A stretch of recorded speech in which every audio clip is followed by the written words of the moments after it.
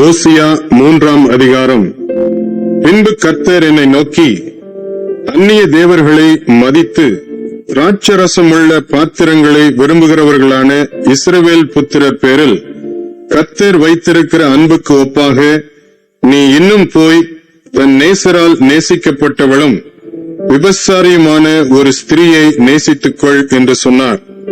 அப்பொழுது நான் அவளை எனக்கு 15 வெள்ளிக்காசுக்கும் 1.5 கலம் வார்கோதுமைக்கும் கொண்டு அவளை நோக்கி, நீ வேசித்தனம் பண்ணாமலும் ஒருவனையும் சேராமலும் அநேக நாள் எனக்காக காத்திரு, உனக்காக நானும் காத்திருப்பேன் என்றேன்.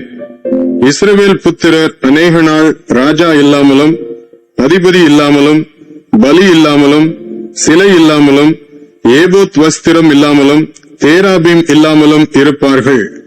பின்பு இஸ்ரவேல் புத்திரர் திரும்பி தங்கள் தேவனாகிய கர்த்தரையும் தங்கள் ராஜாவாகிய தாவீதையும் தேடி கடைசி நாட்களில் கர்த்தரையும் அவருடைய தயவையும் நாடி அஞ்சிக்கையாய் வருவார்கள்.